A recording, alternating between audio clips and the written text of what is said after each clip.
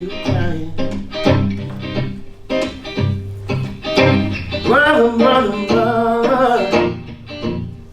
far too many are you dying. You got to find a way. Bring some understanding here today. Father,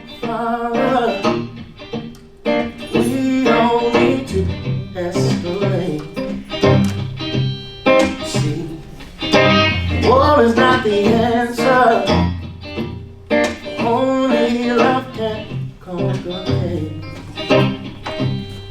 You know we got to find a way.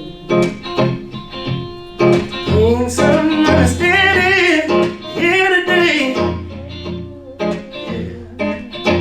Picket lines, picket signs. Don't punish me with brutality. Come on, talk to me so you can see what's going on. What's going on? What's going on? What's going on?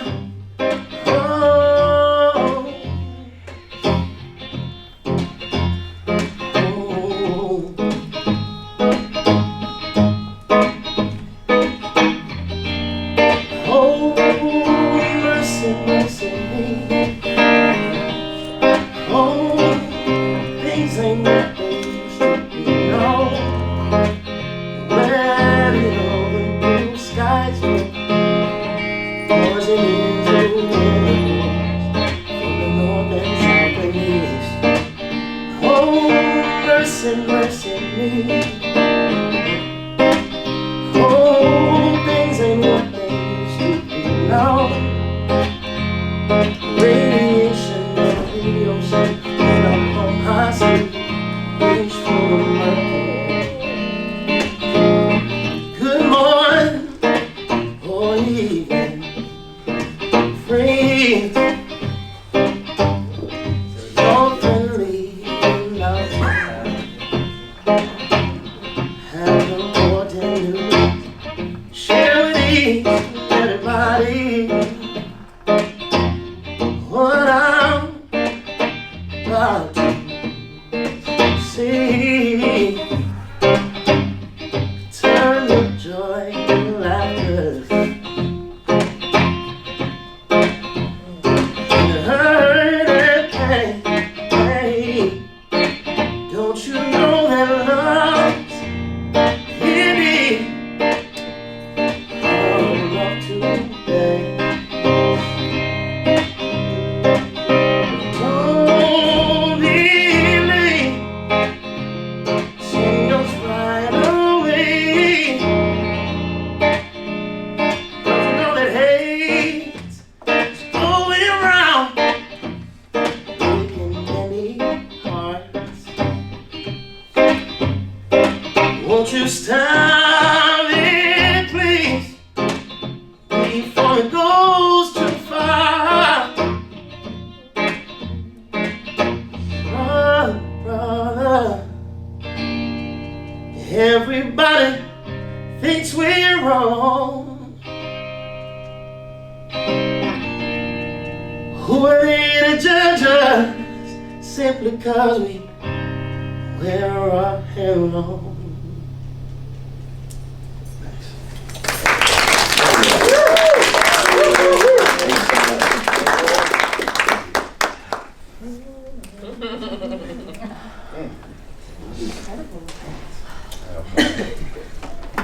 Thank you everyone for joining us today. I'm Delia Haight. I am founder of Vibrancy Agency, a agency dedicated to amplifying and uplifting multicultural, Black-owned and women-owned brands.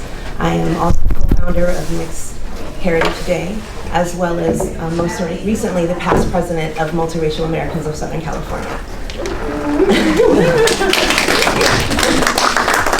Mixed Heritage Day began as a public act of visibility, a declaration that mixed race people are not anomalies, not footnotes, but whole, vibrant communities worthy of celebration, care, and joy. Today's conversation lives at the intersection of scholarship, lived experience, wellness, and resistance. Our panelists represent different entry points into this work: academia, healing, entrepreneurship, fashion, community advocacy, yet they are united by a shared commitment to liberation and care for mixed heritage communities. At CRMS, we often interrogate systems and structures. Today we also ask, what does it mean to heal within them? And what does it mean to feel whole within them? And now I'd like to invite our panelists to each briefly introduce themselves with their name, identity, and discipline. Sonia, can we start with you? Sure. Thank you. Thank you, Ronnie. This is probably my first panel that I've had that, and already feel it. So thank you for grounding us in that. My name is Sonia Smith-Kang. I am founder of Mixed Up Clothing, a children's clothing line that celebrates culture and diversity. I am also current vice president of Multiracial Americans of Southern California.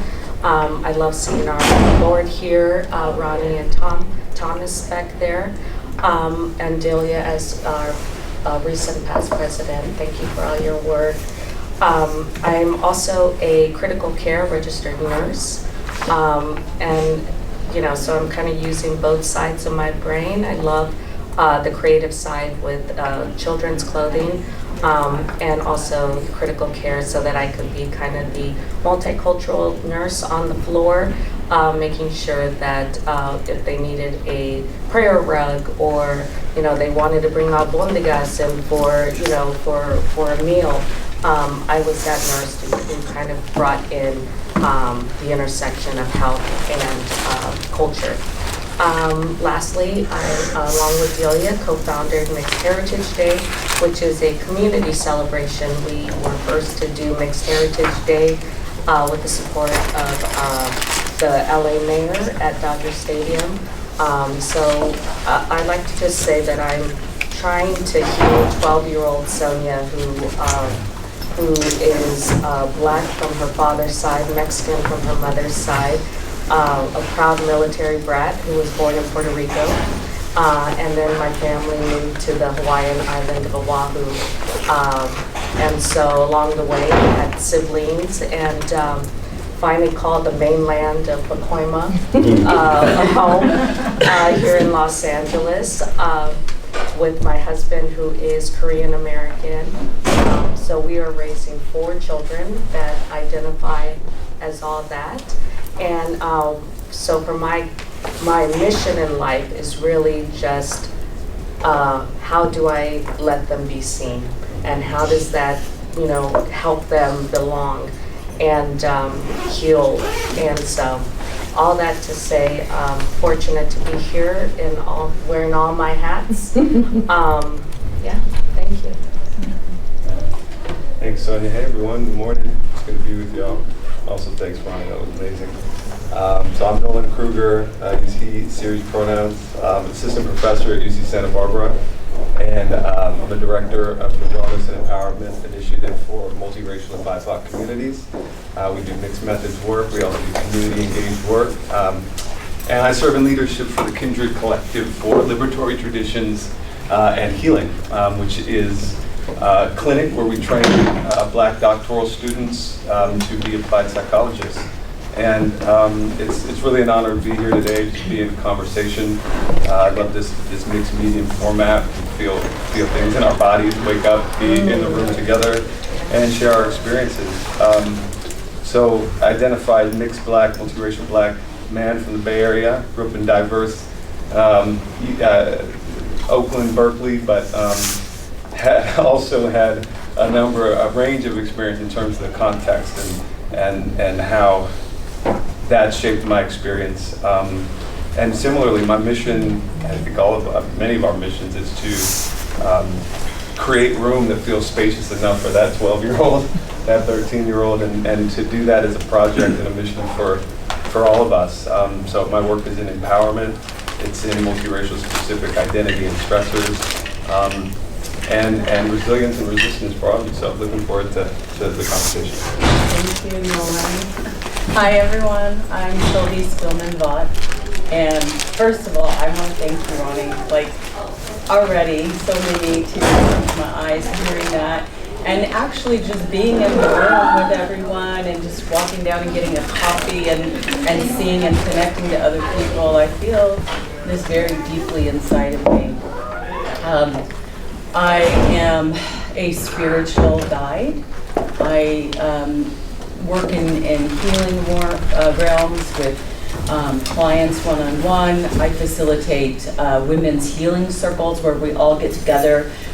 We connect and we share, we talk, we meditate, and really, you know, I think about this journey of who I am as a Black mixed-raced woman, and taking that in and trying to diffuse whatever sort of anxieties or stressors that have accumulated over a lifetime is the main purpose of my goal in healing work, and also to help other women and other people to provide healing around that as well.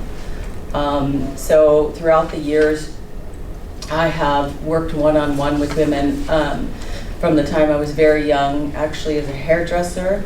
And so I've been in very kind of intimate spaces with women and heard very intimate things surrounding identity. And along my path, that encouraged me to seek out academia. And so I'm alumni here of UCLA, where my studies were mixed race studies, women specifically, and African American studies. And I know part of that journey was really to understand more about myself. And in the process of doing that, what happened when I graduated in 2018, I actually felt a deep trauma. And during that time period, there was obviously a lot of upheaval around gender and race and all of these things. And the trauma that I felt was because I had so closely in my studies, like witnessed what was happening that I was unaware of structurally, and these dynamics of power. And so when I graduated, I was just in this process of unraveling, and that led me to a very deep spiritual journey. And so I sought out Agape Spiritual Center and became a licensed spiritual practitioner. And I also studied Sri Vidya Tantra, which is a very, very deep spiritual lineage and path. And so I am here today to offer any sort of awareness or knowledge that I have on tools that can be provided so we can all connect, so that we can all heal together. And I'm also here to connect because this has been a lifelong journey of diving into my identity and who I am and what I feel like. So I feel really good to be here. My daughter is here. And this is very special, and just looking out at her, I get tears in my eyes already because this is a huge topic of conversation for her too as a mixed person. So thank you so much. Thank you, Sylvie. So nice being here. Thank you, Ronnie. Amazing.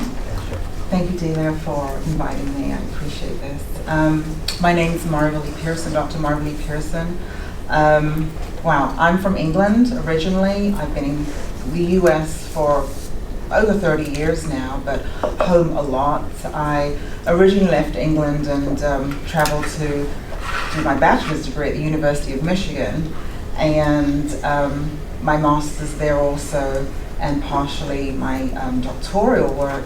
My first profession is clinical psychology. I actually practiced psychotherapy for 20 years, but had always had so many more passions, and during my work I found that I was always implementing wellness in a more holistic way, mind, body, spirit. I've worked out and been an athlete in many ways when I was younger, and still do this today. I moved away from, well, I've never moved away from therapy in itself, but I moved into some other passions where I could incorporate more. I started a company called Binger Labs back in 2014 where I went to China, I went to Japan, I traveled Asia just to figure out their best ways of how they deal with transdermal medicine and healing in itself and natural products. Came back and I started creating transdermal products, firstly transdermal patches, and patches that we could use in different use cases, alternative medicine, so to speak. We've been going strong and we've turned corners many times, but really proud of that because I'm able to offer products that can help people in different ways, where it may be sleep, anxiety, pain is very important. So that is still in place, and along with that, during COVID, I worked out at a gym prior to that, and the owner was getting ready to close it, and I'm like, no, we can't. So I now own this gym during that time, and because there were so many people there that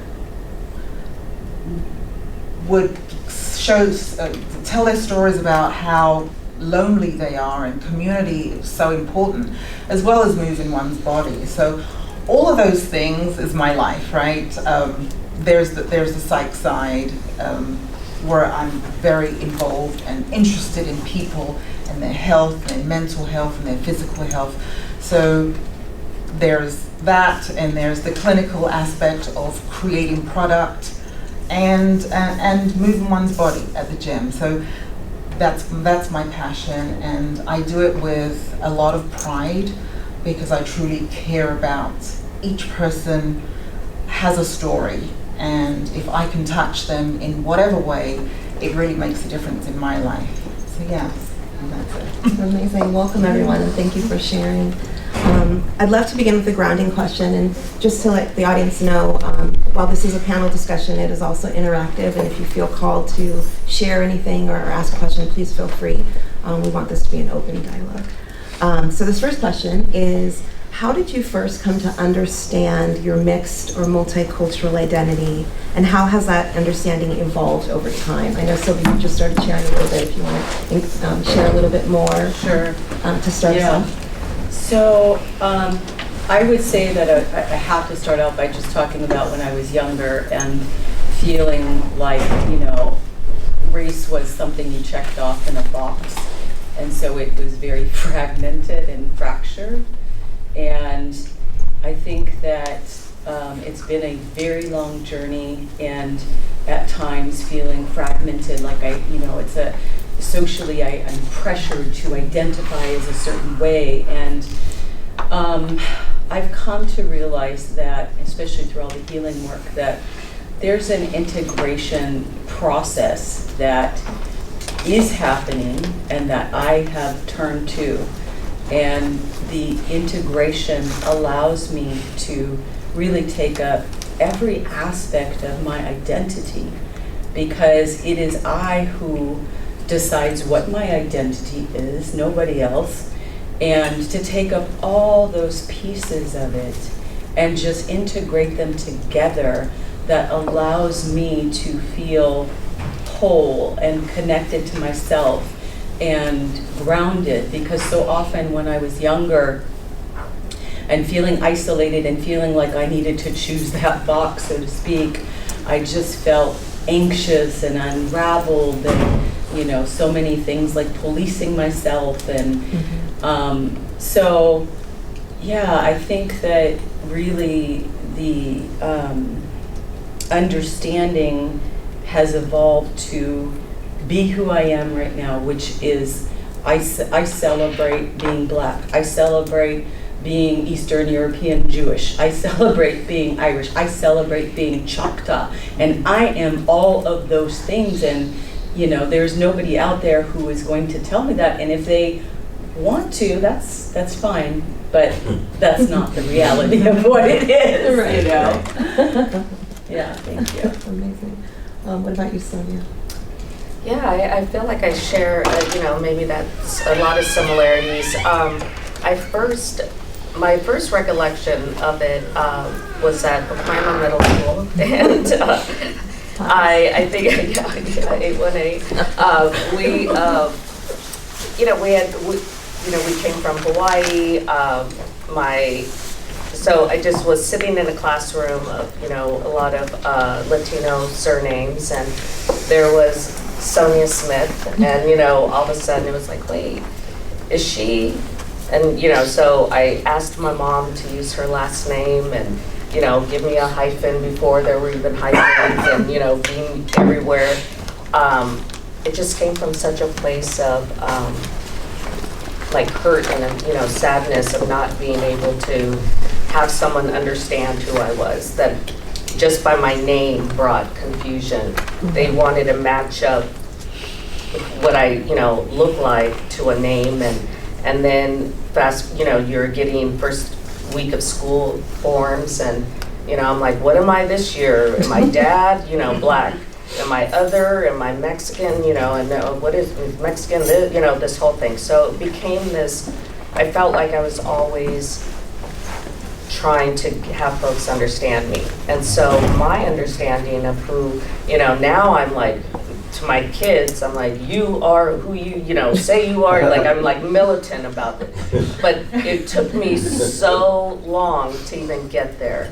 And so identity, there weren't all the amazing clubs and mixed student unions like here, on campus, and there weren't any MASCs, and, I was waiting for textbooks, to be written, and, so my siblings and I were finding that language. So I think identity was really early on for us, and it was, it was also, felt like it morphed at times. Like people would always say, oh, you guys look like you're, could be Hawaiian or, can be Puerto Rican. And I would say, well, I'm Mexican and black. And they're like, oh, so you're Puerto Rican? And I'm like, wait, how does one, blue and green make, you know what I mean? So it was just, but then I would confuse them, and it would be like, well, I was actually born in Puerto Rico. And they're like, oh, what's happening here, So I just felt like once I saw the wheels turning in their head, became very scary for me. Mm-hmm. And so that's kind of how I came into talking about it, and I felt like it was really early, those conversations, which is why, some of the work that I do is around talking to kids early on. Mm-hmm. I don't think my mom had the language to give us at that time, and I would have, loved maybe a little bit more support and kind of learning that language a little bit earlier. What about you, Dr. Krueger? Yeah, it's interesting hearing y'all talk about these early experiences, checking boxes, and that being kind of the initial presentation. I think in my earliest experience, again, Oakland, Berkeley, my mom was an elementary teacher and just retired last year, but because she worked in sort of a socio-emotional learning, kind of progressive, independent school, I wasn't exposed to those check boxes and that kind of way of categorizing myself as early. But from what we know about race consciousness, that perception develops quite early. So I think just being in spaces, whether it's my dad's side, my white side of my family, being just in spaces and being exposed to media even at that early of an age, and kind of saying, okay, there are these two sides of some kind of spectrum with people presenting in these different ways, and I exist somehow in some middle space. I think early I had that experience, but it actually wasn't until 10 years old, 4th grade, when my mom took a sabbatical and she went to work at the Southern Poverty Law Center in Montgomery for a year. Had recently separated with my dad, and she said, well, why don't you come for a year? So I went down to Montgomery, Danley Elementary, and quickly, that awareness became much more explicit, a transition from the implicit. And I think what I noticed most was in this space that was still so de facto segregated and was still largely black and white, that not only was I the newcomer coming from the West Coast, which had its own newness, I hadn't been there before, but also feeling that I was kind of the object of projection, that I was feeling the gaze for the first time, right? So a certain kind of curiosity, right? And become kind of the expectations of performance and performing something to help you be legible to other folks was an experience that helped me acutely, I think, understand race. And then that evolved when I switched middle schools to predominantly white suburb, living out with my grandparents, ironically the black side of my family, but coming from a different kind of historical trajectory that brought us to that space. A lot of those experiences being projected on, I'd say accompanied by multiracial specific kind of racialized stressors of tokenism and exoticism and expectations of blackness and conditional belonging really started to amplify that understanding, and it really developed and went on from there. Interesting. What about you, Marverly? Yeah, so my experience is a little different. Being brought up in England, my father Scottish, my mother Jamaican, we had an environment, a home environment that was very powerful in that the messages of pride and belonging were very strong. So by the time I got to, a teenager and moving out, I had this sense of who I was, very strong sense, very, very proud of all the different aspects of my identity, my cultures, my Scottish cultures, my Jamaican, that also had Indian. All of that was actually quite beautiful for me, and I was very proud of it. So I'm going to America. And, this is going to be well. Here I am at University of Michigan, and I have a roommate, lovely, but she'd never even been in the presence of a person of color. And it was sad. It was sad, but it was, Can I feel your hair? Do you have the same hygiene practices that we do? Do you need to stay over there? Do you need to stay at arm's length rather than do this? I mean, it was obvious that she had no exposure, and I felt quite sorry for her, to tell you the truth, because I'm like, you don't know what's going on in the world. I look like the world, right? So that was really, really interesting. And then just walking around campus, mostly white at that time, the gazes and the questions, and wondering what kinds of conversations they could have with me. It was it could have been traumatizing, but I was really, really grateful of that strong foundation that I had from the parenting that I experienced. And so I just would show up at the Black Students Association, the White Students Association, whomever, because in my mind I belonged to it all, and I had something to offer, and whether you wanted to hear it or not, I was talking. and so my thing was, I was going to my pride, and if you know anything about even the Jamaican culture, they're just full of pride, and I got that part. But the check-in of the boxes, absolutely. It's still today. It's other, and because why should I have to identify with one or the other? I'm everything, and very proud of that. So yeah.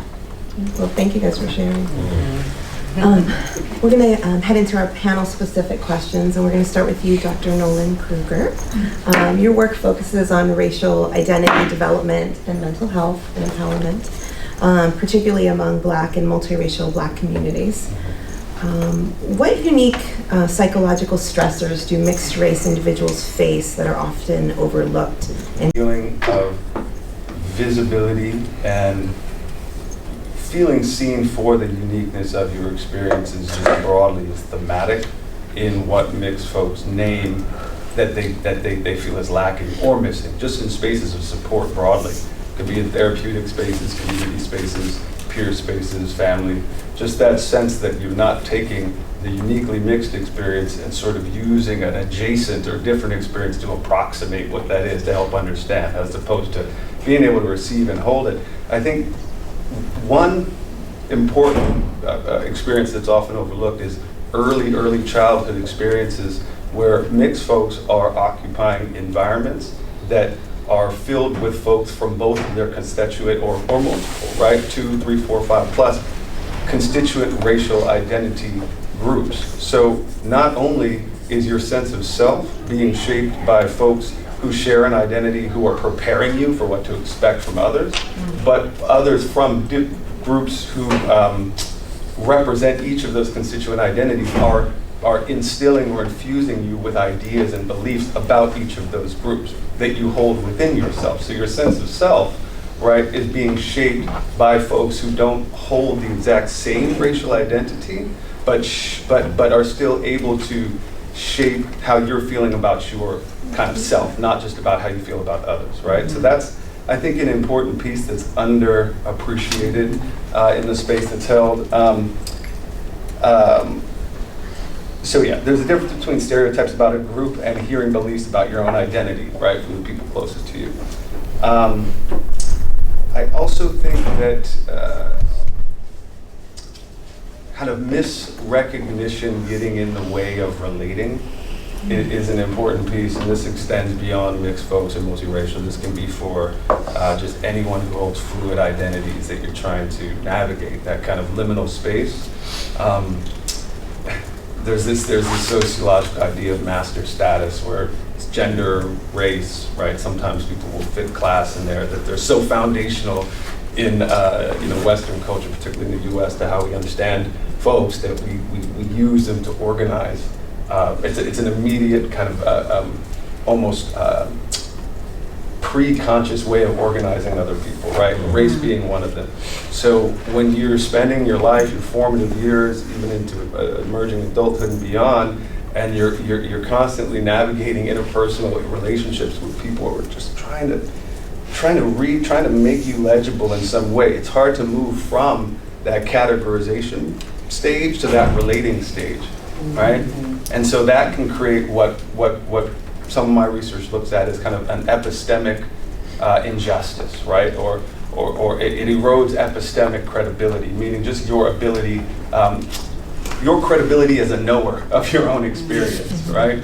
So often folks are trying to get past that barrier in relating of just, can we do this thing? Can we drop in and connect? And so I think that's often missing in what folks think mixed people are understanding, where therapy goes and the importance of empowerment, and kind of just sitting at the heels or sitting at the feet of mixed folks, being able to impart their experience without it being adulterated or adjusted or shaped or shifted in some way.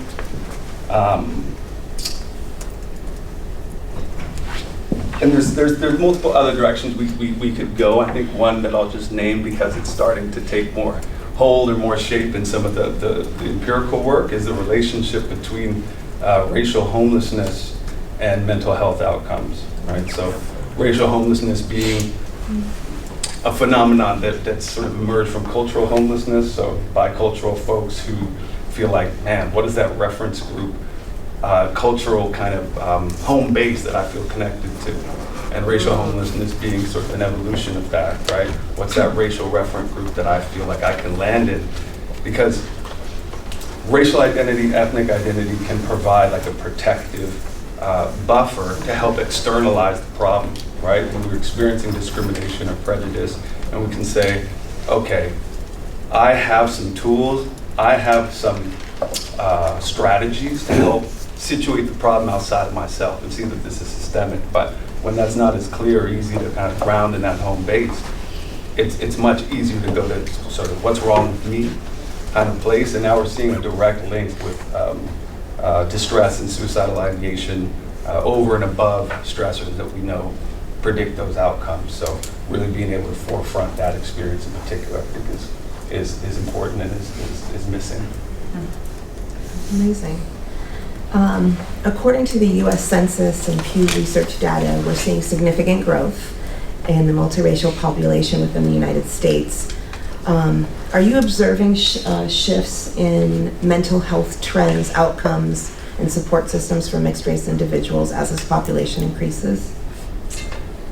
I was reflecting on this question. It's tough to say as multiracial population increases, what are direct outcomes and shifts in mental health trends. But I do think that as mixedness becomes more visible and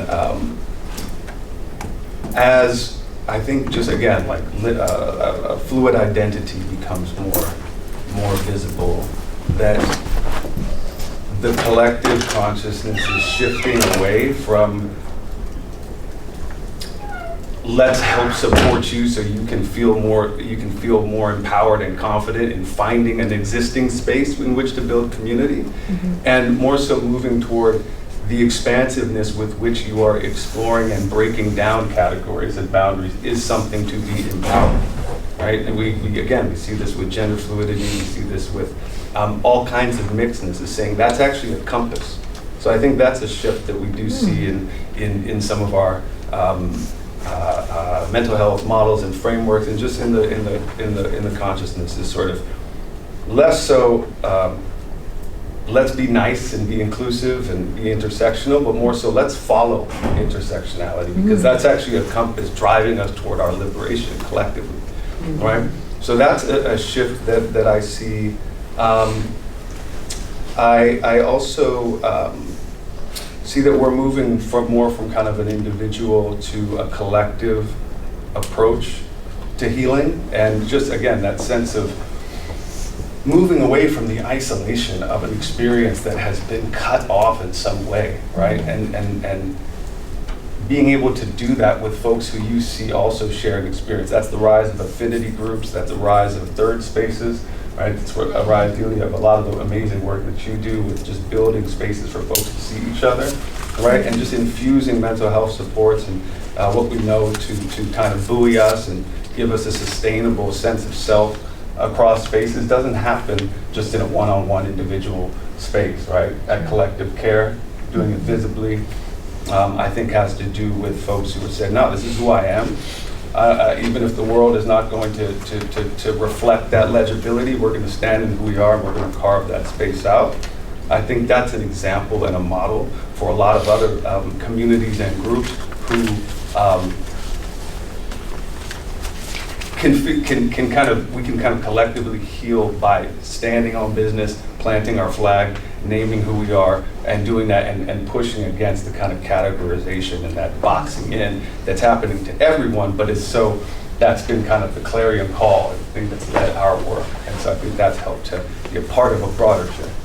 I feel a lot of hope in that. Thank you for sharing. Dr. Marverly Pierson, your approach, wellness through science, movement, and holistic care, connecting mind, body, and spirit. How do cultural identity and lived experience shape access to wellness from your perspective, and what needs to change in the industry to make it truly inclusive? Yeah, so I'd like to look at three fundamentals here, and the first being trust. I think more people would engage in wellness programs if they felt like they were being seen, if they felt like they were being heard, and most importantly, respected. Culturally, mental health is a huge thing, and there's still so much stigmatism around that. Again, I think that trust can break so many barriers when dealing with how wellness and mental health and access to mental health and programs. And then secondly, there's access itself, that's lived experiences, right? What does one's community look like? Do you have a place where you can call your community, within your community, somewhere to go, somewhere to converse and feel safe? the food supply, something as simple as that. Do you have options, fresh fruits and vegetables? That's all wellness, right? Are you traveling outside of your community to get to your healthcare practitioner? I think that, even somewhere to move your body. Is there a gym? Is there a yoga studio? What's there in your community? I think that wellness can be prevented. When there's no access, wellness is not possible, and you start to have to prioritize. So yeah, then there's relevance. Do people care? Is it important? Is it a part of your value system, your cultural framework? Is it something that you can connect with? So as far as reference is concerned, I would say that diversity needs to happen. There's no one size fits all. Everyone needs something different at the end of the day. And so that's where the change needs to happen. We need more diverse programs, diverse thinking, diverse leadership. Even something simple as low-cost programs, more inclusive programs.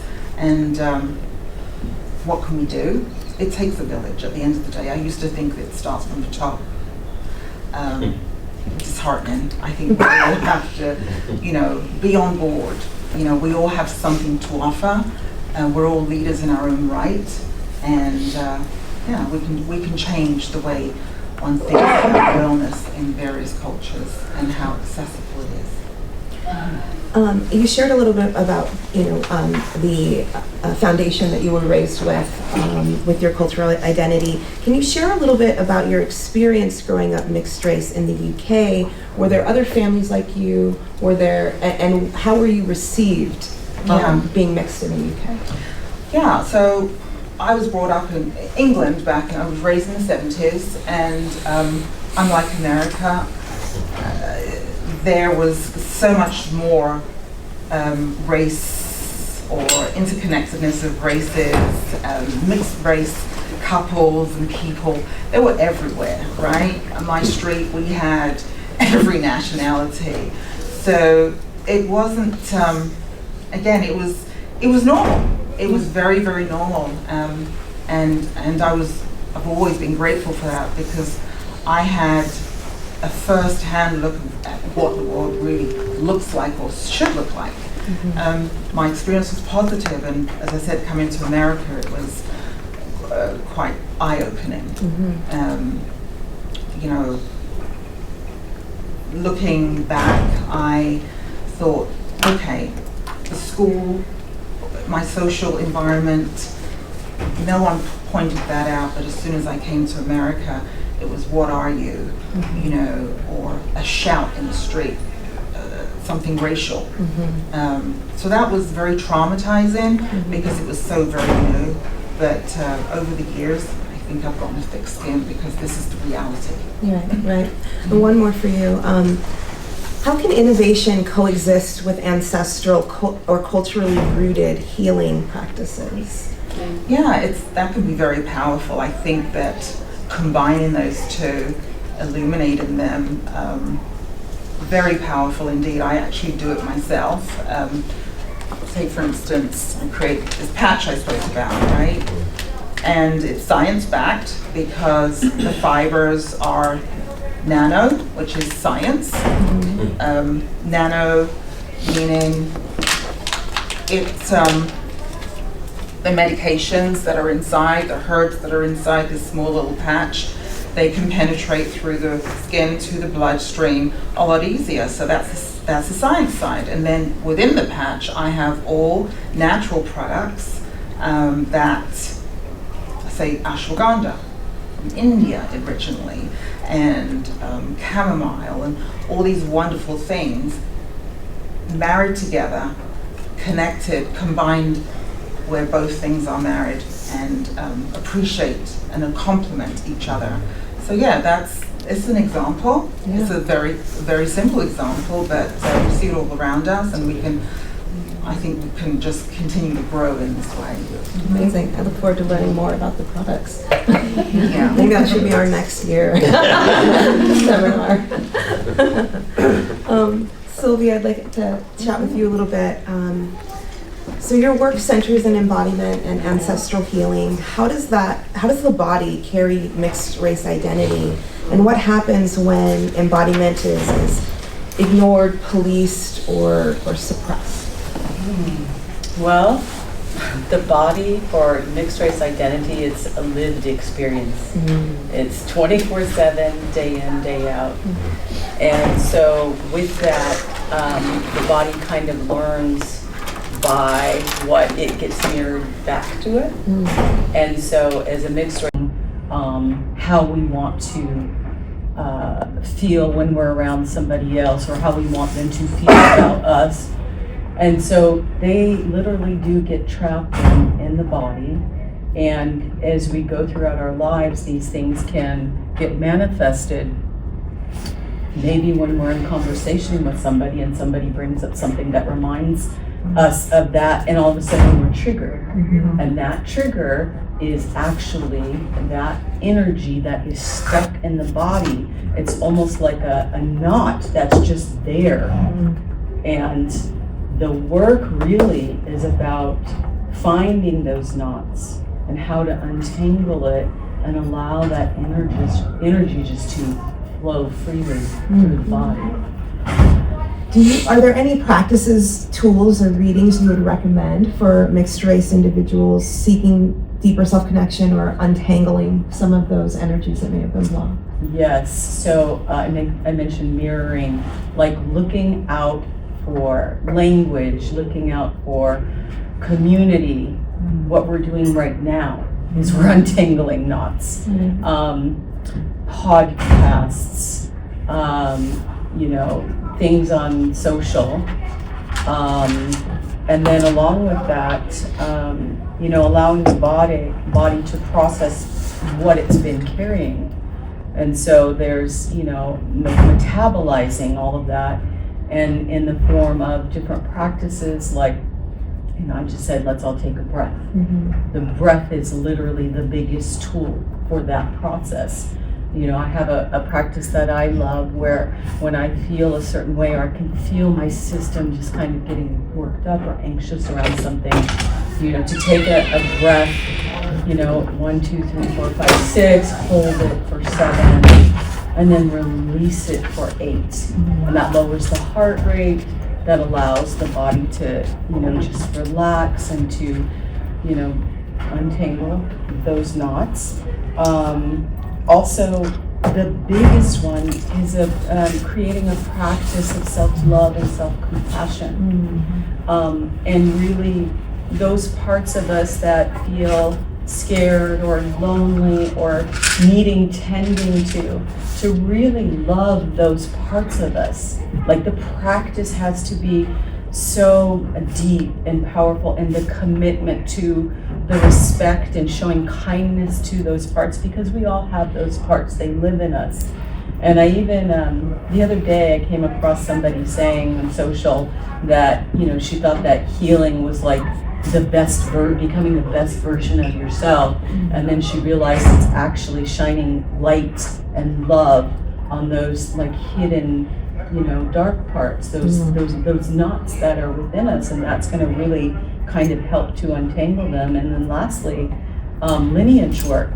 Like, let's create something visual. Let's create an altar in our home that celebrates our heritage and the joy that comes from that heritage. And then it's a visual representation. And when we see that visual representation, it immediately relaxes us, because it brings positive feeling, and that's real in the body. I love that. Thank you. Sonia, as we're talking about body and healing, I want to ask you, in your medical experience, what challenges did you observe among mixed race patients seeking care, and what guidance would you offer to individuals or parents of mixed race children navigating identity and health systems? Yeah, I think I heard a lot of, part of what I was in the work that I do and did as a critical care nurse. Identity isn't symbolic, it's information. And so although race as a social label, ancestry is inherited and medicine needs clarity on both of those, right?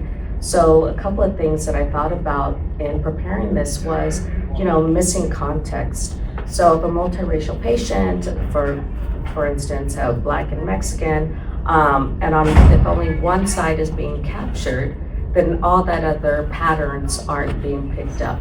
So maybe on my Mexican side where, somebody would be talking and counseling about maybe pre-diabetes, or on my Black side, maybe hypertension. So those kind of things are real world things that happen in the hospital setting or in medicine that can be missed on that. There's also clinical risks. We talk about sickle cell trait in communities of West African ancestry. So those kind of things can be overlooked by the healthcare system if we're not fully able to answer those questions. So we talk about lineage, and so we want to make sure all those questions, even if there's not a box in the hospital forms, but they are getting better. They are trying to capture the full person, but it's important to make sure that the information gets passed down and that goes with you, right? So we talk about the clinical risks. We talk about trust and communication. We talk about respect. And so one of the things that I've seen, we were just talking about it last night with Dr. Jen Noble, talked about a patient who had children that were mixed Black and white, and each time she would see the medical record and it was a different one each time. Mm-hmm. So again, if that information is not being carried out, you could start to not mistrust in the system. Mm-hmm. So even before getting into what you're there for, you would already have this sense of mistrust in the folks that are trying to care for you, right? And then for me, it's really just about having better information, which will lead to better care for your team. Amazing, okay. Yeah. And your journey spans healthcare, fashion, and advocacy. What gaps did you see for mixed heritage children that led you to create Mixed Up Clothing and co-found Mixed Heritage Day? Yes, so from healthcare, I met my husband, Korean American, first generation, and while we were having children, it was really about seeing themselves. I think that's kind of that through line that runs through everything that I do. And it was just, I wanted them to be seen. There were beautiful, Lunar New Year. Kids could also be wearing their cultural garments, their hanbok, or even wayabera during certain times of the year. And there, I would see my family gather and my husband's family gather. And it was just this, what could I do outside of, traditional clothes that can arm my children in a way? And clothing for me was really, something that, I grew up in a time, I visited my dad and his side was, dashiki down, right? And then on my mother's side, there was the Hispanic and my grandfather's mescalero. From New Mexico. So there was all these different influences, whether it was clothing or whether it was, listening in the home. So it was always about making sure those cultural aspects were represented in our home. And so, we call it, there's child-proofing the home, where you kind of make sure the kids are safe from falling and all those kind of things. But we called it child-proofing our home. It was culture-proofing our home. And so instead of getting on the ground looking at those kind of things, we try to do things that helped protect their identity, their culture. So making sure that there were things in the home, music, of course we had our artwork and books that, MASC helped us source, and so that it looked like them. So now we're seeing mixed race books or books with mixed race characters and by mixed race authors, and you know, so I'm grateful that that change has occurred. So mixed up clothing was started from that place of not seeing clothing and representation. And now we are at Nordstrom and Macy's, and so we're excited to see, even in fashion, I know you're like, what does that mean? How is that parsed out? There's, like, you would think, you know, you may know the United colors of Benetton, I think back in, you know, was that 70s, 80s, you know. So we people are like, oh, maybe it's mixed up clothing is like the 2.0. For me, it was really just, even with fashion, they wanted like, where do you see yourself? Where do you see your clothing? And I was like, what?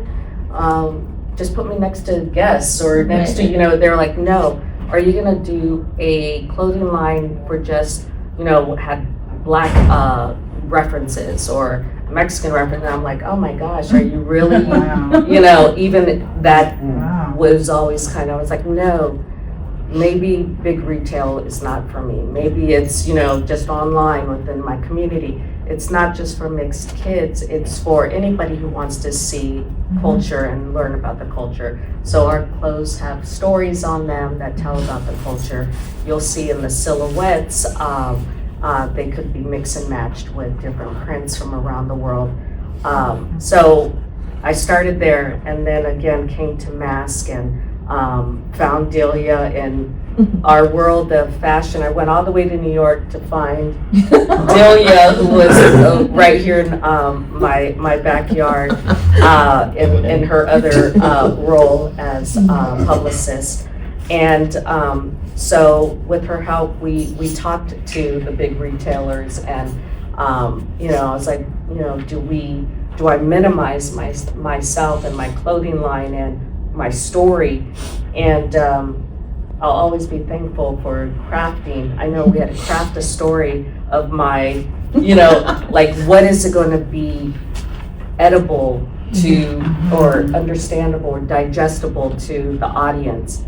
And it wasn't until I was able to bring my real who I was that it was like, oh, now she doesn't have to, you know, now I'm not trying to fit into that. Now they're trying to, you know, have my clothing get in there as is. So I think, you know, people think it's only, you know, whether it's in medicine or whatever, like it hits every industry. Yeah, and so I felt like, you know, here I am, a woman of a certain age, didn't think that I'd have to still answer those questions, but I'm still talking about it. And so I'm just hoping, I see my daughter in the back there, and I'm just hoping for her generation and our children that, you know, this is getting better. And so because of the work that we're doing on this panel, in this work, like we're doing work, like, and it's a constant, you know, refining yourself and talking about it. And I think, Sylvie, you mentioned how it gets brought, you know, it's in your genes, basically. You know, that's what we talk about when we're talking about generational trauma. Like that really gets passed on. So it's not just on this surface level, like it really gets passed on. So I think that's something that, you know, in the research and in the work that we need to focus on, because, you know, that increases our cortisol levels, our stress hormones, all those kind of things that get passed on, and then now you're just already, you know, trying to find these things to help, you know, rework and rewire. So Amazing. In many ways, healing itself is an act of resistance. And I would love to ask all of you, and just, you know, open dialogue, chime in as you feel. How do you each understand wellness, joy, or self-definition as forms of cultural or even political resistance for mixed heritage people?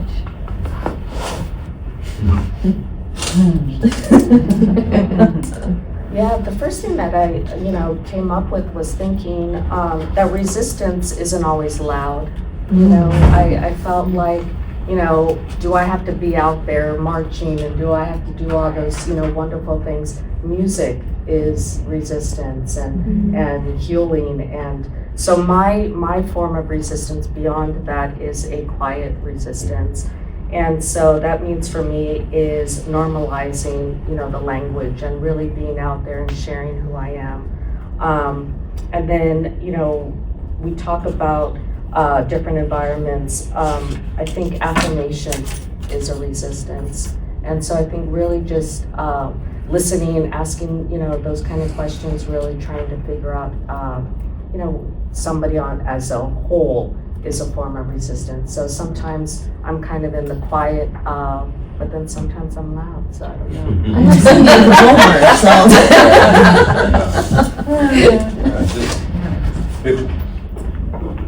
Building off that piece, that activism or just resistance doesn't have to feel loud. I come back to a phrase that my dad shared with me years and years ago, where he said the solution rarely looks like the problem.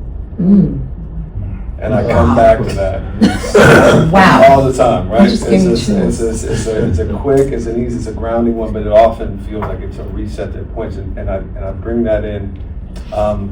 Here, as part of the collective I mentioned, we just put on an event called the Black Joy Beach Party, and it was in Santa Barbara. It came from an intergenerational call, Black community saying, look, it's already, there's so many barriers to access, there's so much displacement over the years. We're constantly trying to do this work, but this burden that's fallen on our shoulders to do this activist work. And so our call there was just to create space and say, what are the barriers? Let's break them down. Let's claim this beautiful space, this land. Let's be, on the ocean, on the water, and let's connect in a way that feels like it's for us, by us, that's developed from the ground up. But still, in that, right? That there were intentional pieces built in around narrative storing. We bring in West African tradition of Sankofa, right? And that's built on, again, emerging evidence that sustainable engagement and resistance efforts, which we will all need to be a part of as we approach polycrisis in the world, is maintained by a sense of knowing what you stand in as opposed to reacting. Right? And so again, when we understand with self-definition, we can say we're gonna rediscover, reclaim, name in community who we are on our own terms. That self-definition creates the ground in which we can sustainably engage in resistance efforts, and a lot of that is joy, because extraction and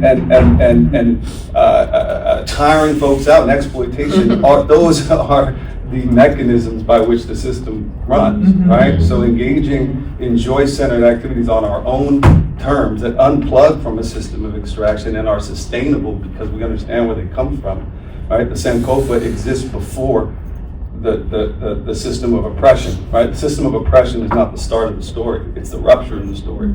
So how do we go on our own journey to recenter, to reclaim that self-definition? And mixed folks are kind of at the center of that, because it's so obvious that we don't have clear places to draw from for self-definition. So we've been doing that, navigating that from a very young age, and it's a resistance strategy that we can all draw from, and that is joy-centered, and it's a solution that doesn't look like the problem.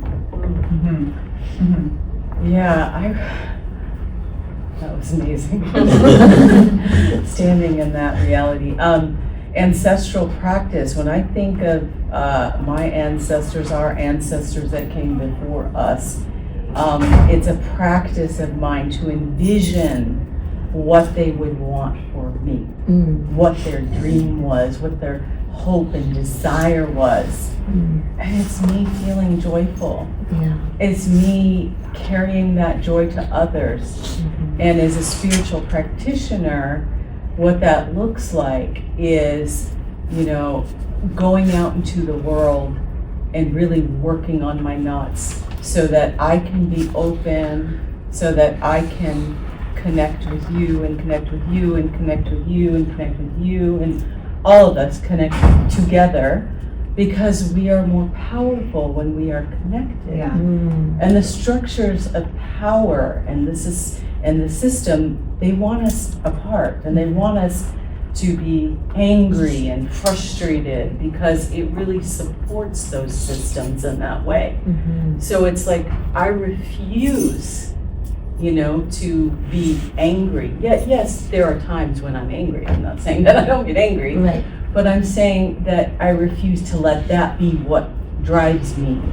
I want that feeling of joy to bubble up, and that a lot of times what that means for me is a joy practice, and sitting and meditation and breathing and having a true gratitude practice, and waking up and thinking about 5 things that I'm grateful for before I look at my phone and allow that consciousness to come into my consciousness and go in some other directions. I'm controlling my consciousness and what comes in and what I'm putting out. And so I think also the wording that we have is resistance, and the self-talk that we have is resistance. And so even mantras, whether they're in Sanskrit or whether they are something that we create ourselves, and we hear that every day, and as we're walking, we hear that, and that literally affects the energy in our body. It shifts us, that allows us to be more open. I mean, the power of the mantra is really in the voice, and the ancient mystics said that the voice is so important because it's the desire, the Icha Shakti that comes up, and whatever you are coming up, that's coming up through this body, and you're putting it out into the world, that is affecting how you're perceiving reality. So the practice of the joy and the mantra that you're giving yourself will actually change your reality. And then I believe in the butterfly effect, that it's going to vibrate out into the world.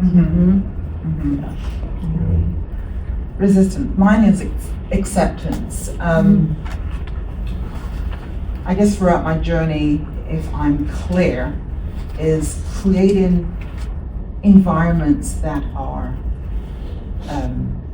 accepting, that uplift, that bring joy. And I find that I've tried to do that with everything that I feel responsible for. We're all responsible for our communities, and in my community, say for instance the gym, it's part of our mantra. Whoever comes in, we're going to welcome. We are going to know them by name. We are going to be interested in them. We're going to uplift them in whatever way. We don't know everyone who comes in. Everyone around us has a story, and we don't know their story. It could be any of what we're speaking of today. It could be something else, and for me it's more of a broad understanding of just taking care of that single person and allowing it to trickle into the community at large. So I use my spaces to bring acceptance, to uplift, to bring joy, and that's my resistance. Amazing. We're going to open up for a couple of questions, but I would invite panelists and our audience into reflection before we open up for questions. And I would love for you to just think about this question for a moment, and it's, where have you experienced tension or liberation in claiming your full identity? Let's just think about that for a moment. And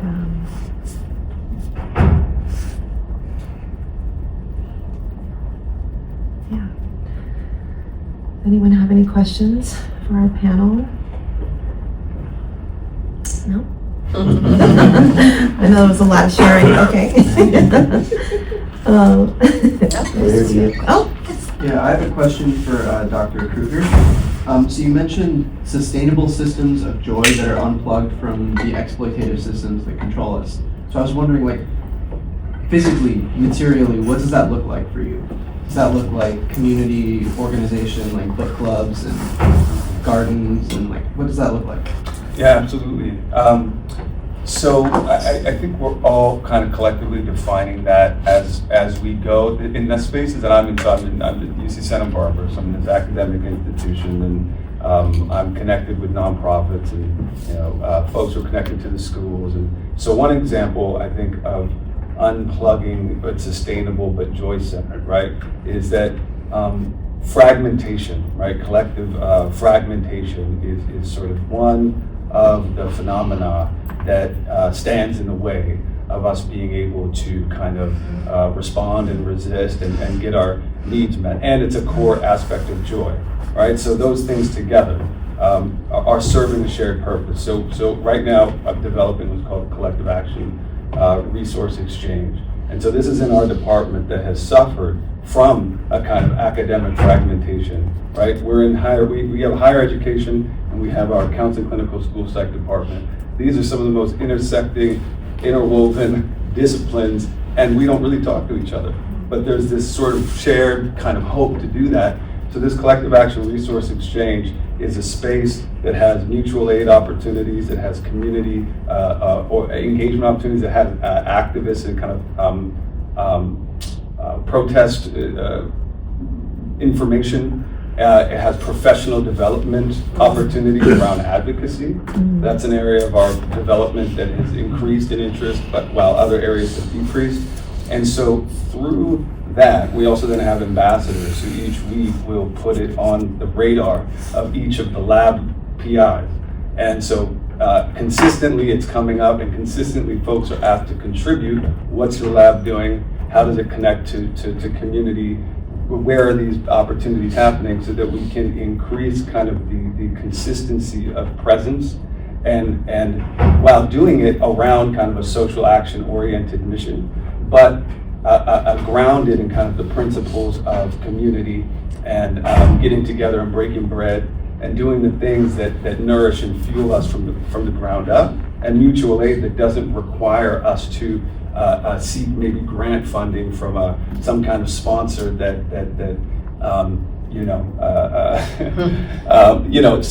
there's a sacrifice or a compromise in terms of values and ethics, and sort of getting that money, and then you're beholden to the particular ways you can spend that money.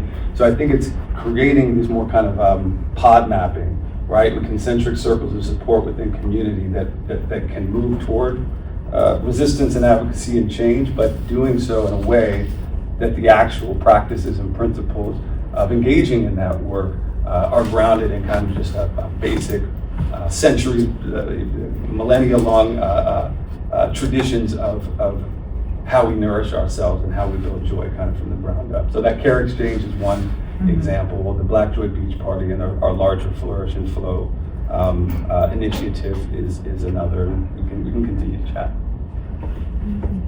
Thank you. As we transition to sound, I invite you to notice what resonates within you, what feels affirmed, what feels softened, and what feels ready to be released.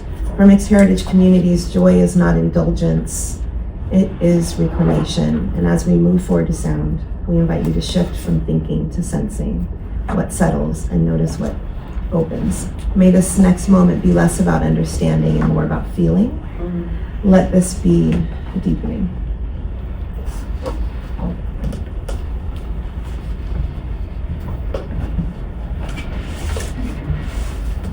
Hi everyone, my name is Rebeca. I'm going to be playing alongside Ronnie. I want to invite everybody to sit in an upright, comfortable position, neutral spine with both feet planted on the floor. And close your eyes if you feel called to. And we'll just do one deep breath all together. Breathing in through your nose, filling up your lungs, your belly. Holding up. And exhaling, make a sound if you want to, up through the mouth. And just speak.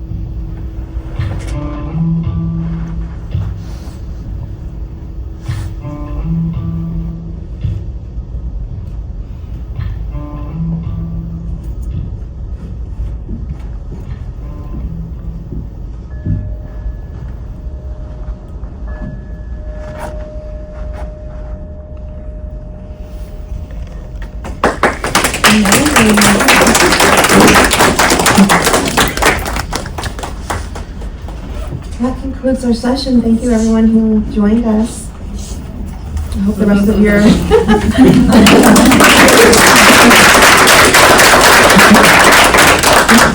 thank you to our amazing panelists, and thank you to our incredible sound and musicians. Thank you to all of the attendees.